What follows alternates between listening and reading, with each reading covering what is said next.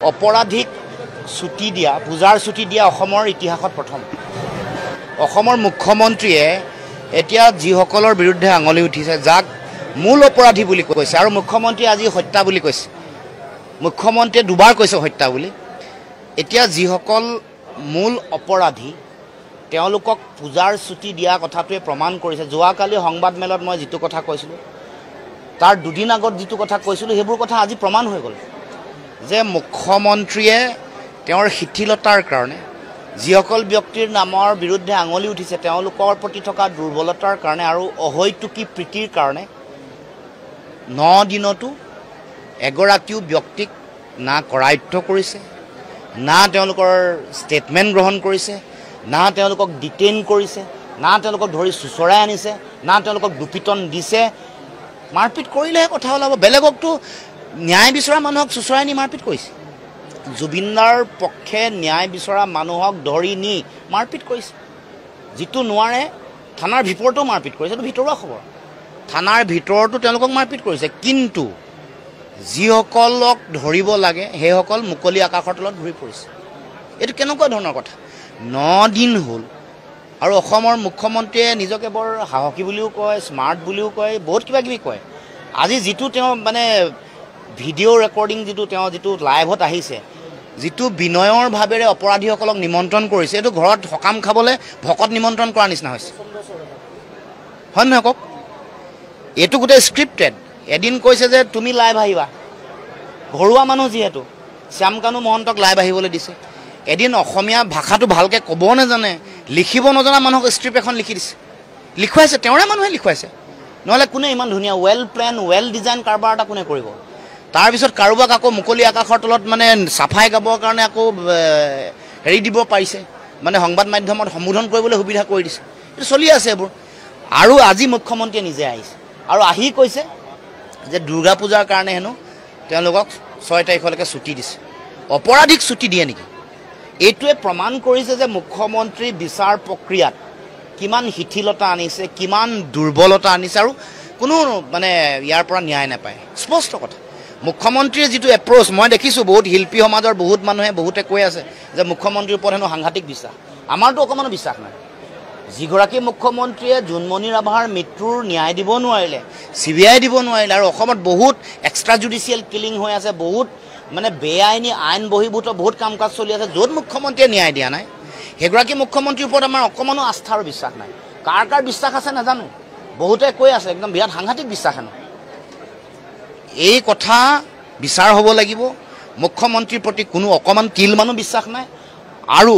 দ্বিতীয় কথাটো হ'ল সেইকাৰণে CBI national agency place of occurrence কি Singapore place of occurrence Singapore হ'লে কেনেকৈ হ'ব এইটো ডিপ্ল'মেটিক ডিল হ'ব লাগিব এক্সট্ৰা অসমত এগৰাকী এক্সটাৰ্নেল এফেয়াৰ্ছ মিনিষ্টাৰ কি কৰিব ৰাখিছে আমিতো তেওঁক মানে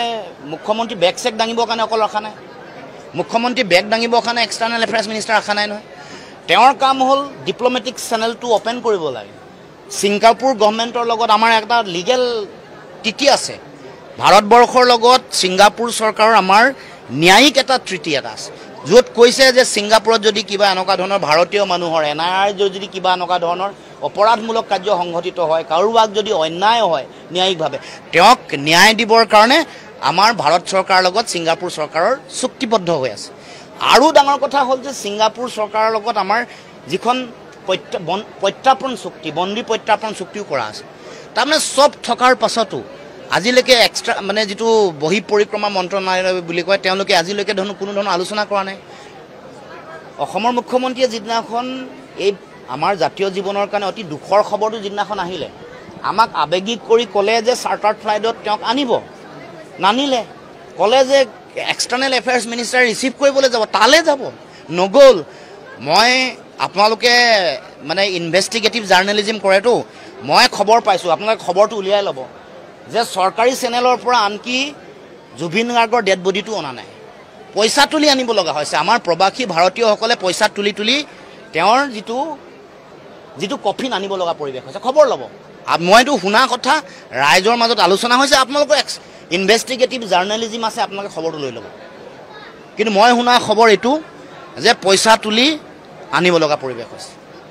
আজি পৰ্যন্ত মোবাইলটো আনিব নোৱাৰিলে মোবাইল আনিব নোৱাৰিলে তাক তাত গভৰ্ণমেণ্টৰ লগত তেওঁলোকৰ যিটো হাই কমিশ্যন ক'ব লাগিছিলে ডিটেইন কৰি ৰাখক আমি গৈ আছোঁ তেওঁক ধৰি আছোঁ আৰে দিল্লীত যাৰ বিৰুদ্ধে আঙুলিটো উঠিছে তেওঁক পায়ো নধৰিলে আৰু পোৱাৰ পিছত দুখটো ঘৰলৈ জাপি দিছে যে আমুকে কোৱাৰ কাৰণে আৰে আইনে যি কৈছে তুমি আইনৰহে ৰক্ষক মুখ্যমন্ত্ৰীগৰাকী আইনে যি কৈছে সেইমতে কাম কৰিব লাগিব তুমি মই কিবা কৈছোঁ কাৰণে এইটো কাম কৰিব নোৱাৰে মোৰ লগত থকা কোনোবা মানুহে মোৰ বিৰুদ্ধে অপৰাধ সংঘটিত কৰি দিব পাৰে তাৰপিছত মইতো এইটো ক'লে নহ'ব যে মই লুইনৰ বন্ধুৰ কাৰণে মই তেওঁক এইটো নকৰিলোঁ এইটো কেনেকুৱা মুখ্যমন্ত্ৰী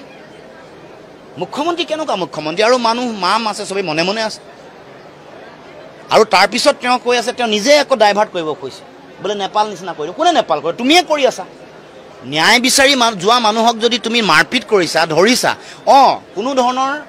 মানে উৎপাত হ'ব নোৱাৰিব কোনো ভঙা চিঙা নহ'ব আমাৰ সম্পদ আমাৰ গেট এখনো আমাৰ মন্দিৰ এটাও আমাৰ ক'ৰবাত যদি কিবা স্কুল এখন আমাৰ সম্পত্তি কোনো ভাঙিব নোৱাৰে আমিও ভাঙিবলৈ নিদিওঁ কিন্তু ভাঙিবলৈ নিদিয়াকৈ ৰখাটো তোমাৰ দায়িত্ব আৰু গণতান্ত্ৰিক আন্দোলন কৰিবলৈ দিওঁতে কিয় বাধা দিছা ঘৰলৈ গৈ সোমাই মাৰপিট কৰিছা কিহলে ভয় ন্যায়হে বিচাৰিছে জুবিনদাৰ মৃত্যুৰ ন্যায় বিচাৰিছে কোনেও বেলেগ একো অধিকাৰ বিচৰা নাই গতিকে ন্যায় বিচৰা মানুহক অত্যাচাৰ কৰে জেললৈ পঠায় তেওঁলোকক এৰেষ্ট কৰে ডিটেইন কৰে আৰু যিসকলৰ বিৰুদ্ধে আঙুলি উঠিছে অপৰাধ কৰাৰ তেওঁলোকক মুকলি আকাশত পূজা খাই ফুৰিবলৈ দিয়ে এইটো মুখ্যমন্ত্ৰী কেনেকুৱা ধৰণৰ ন্যায়